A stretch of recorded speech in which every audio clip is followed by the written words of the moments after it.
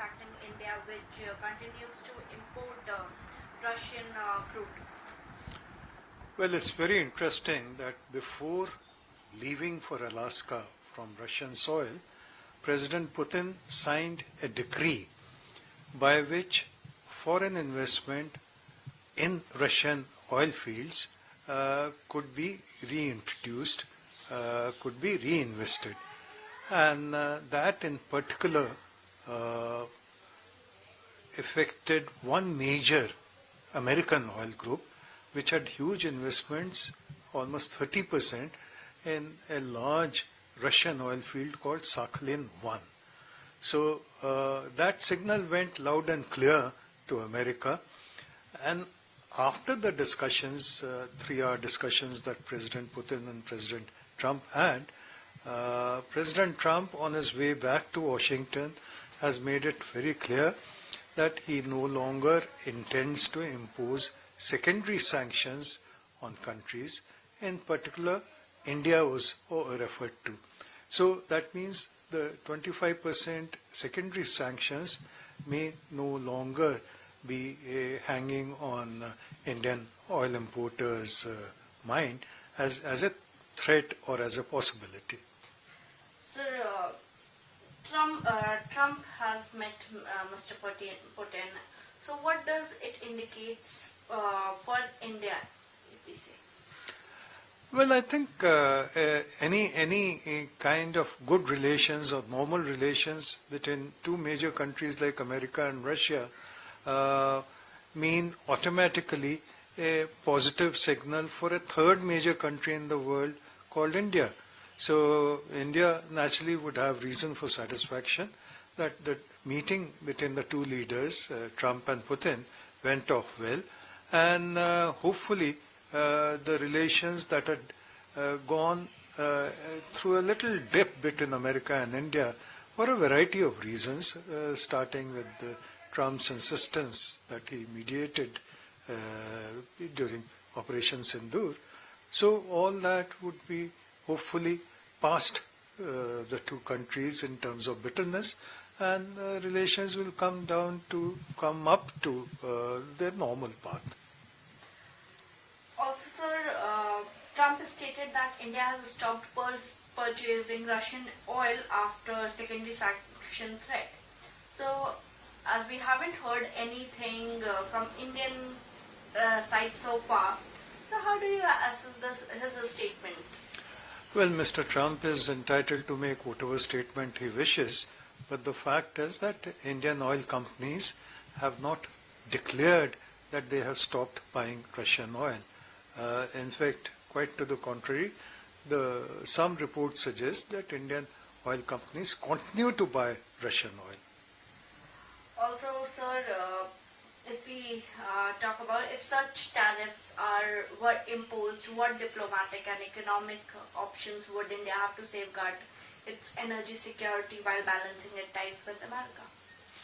Well, I think that's a question for the future, because at the moment that possibility is past us. Trump has himself declared that the secondary sanctions are not on his mind, at least for now. So even if those secondary sanctions were introduced, Indian oil companies could make their own decision as to whether they'll continue buying the Russian oil. So I think we'll cross that bridge when we come to it. So one last question. Do you think that Mr. Trump's warning is more of, election time rhetoric, or it could be a signal, a tougher U.S. policy approach towards India and other Russian oil buyers?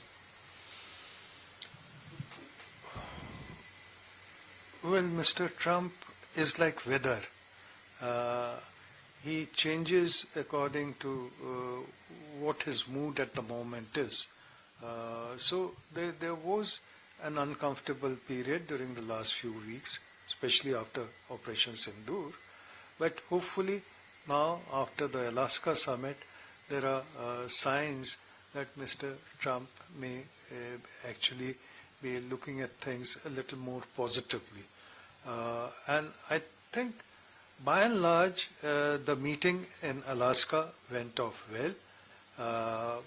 Putin and Trump have a great understanding.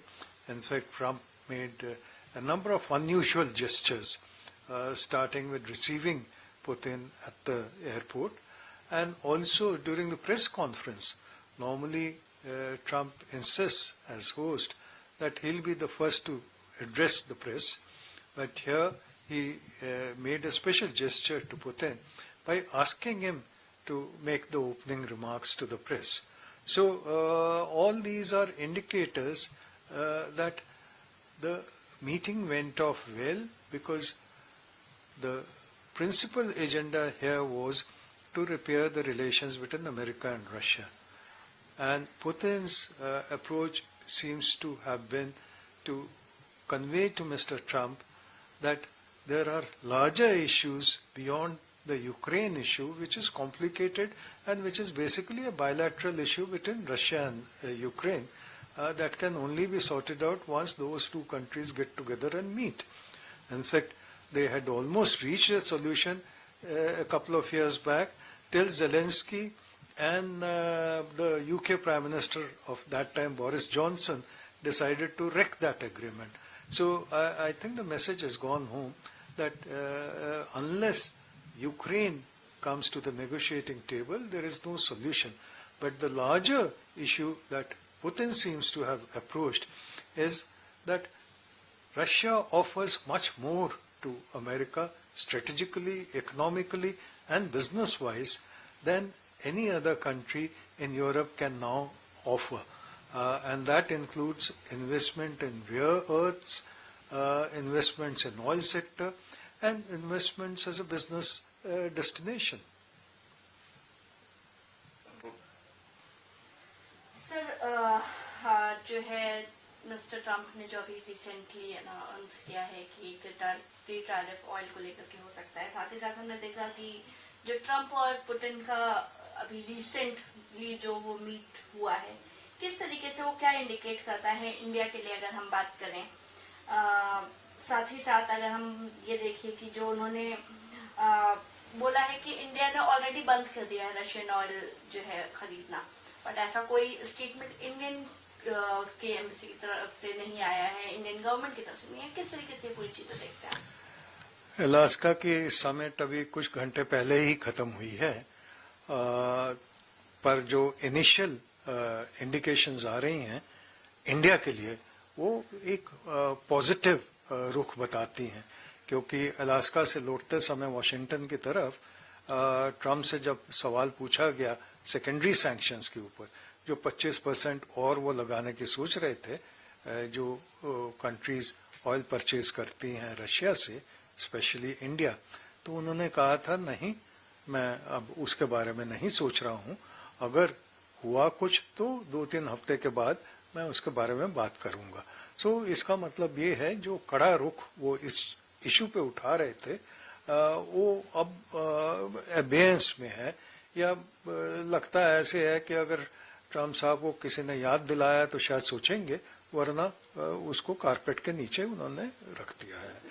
दूसरी चीज जो ये है कि India कैसे देखता है ये समिट के बारे में, और समिट में कैसे रिजल्ट्स निकले।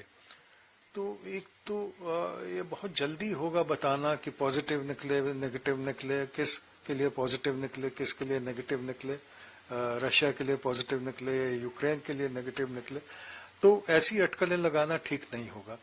पर एक चीज साफ लगती है कि ट्रम्प खुश थे इस समिट से, और 3 घंटे जो उनकी आपस में बातें हुई उसमें ये लगता है कि पुतिन ने उनको कन्विंस करने की कोशिश की, और शायद कन्विंस हो भी गए ट्रम्प कि रशिया और अमेरिका के जो रिश्ते हैं, सिंबॉलिकली जो अलास्का रिप्रेजेंट करता है, क्योंकि अलास्का रशिया से ही खरीदा था अमेरिका ने, और अलास्का का एक जो हिस्सा है, जो एक एंड पॉइंट है, वो रशिया से सिर्फ 3 किलोमीटर दूर है।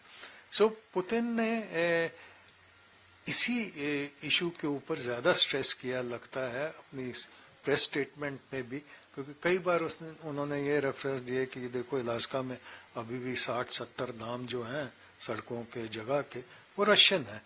तो सिंबॉलिकली वो ये बताना चाहते थे कि रशिया अमेरिका रिलेशंस जो हैं एज टू मेजर कंट्रीज ये बहुत ज्यादा मायने रखते हैं compare to Russia Ukraine issues, जो वो आपस में सॉल्व कर लें तो बेहतर होगा।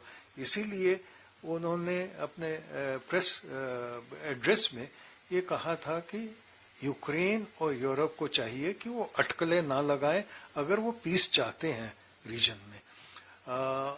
एक और इम्पोर्टेंट चीज ये है कि पुतिन ने शायद ये भी बताया है कि देखिए American interest, business interest, economic interest, mining interest rare minerals के बारे में वो रशिया में ज्यादा सफल हो सकते हैं बनिस्बत के दूसरे देशों में, चाहे वो यूक्रेन हो या और कोई यूरोप का देश हो। तो इस सब में लगता है मैसेज सक्सेसफुल हो गया है और ट्रंप ने रिस्पॉन्ड किया है at least in terms of acknowledging कि हाँ रशिया फ्रूटफुल पार्टनर हो सकता है अमेरिका का, स्ट्रेटेजिकली भी और इकोनॉमिकली भी।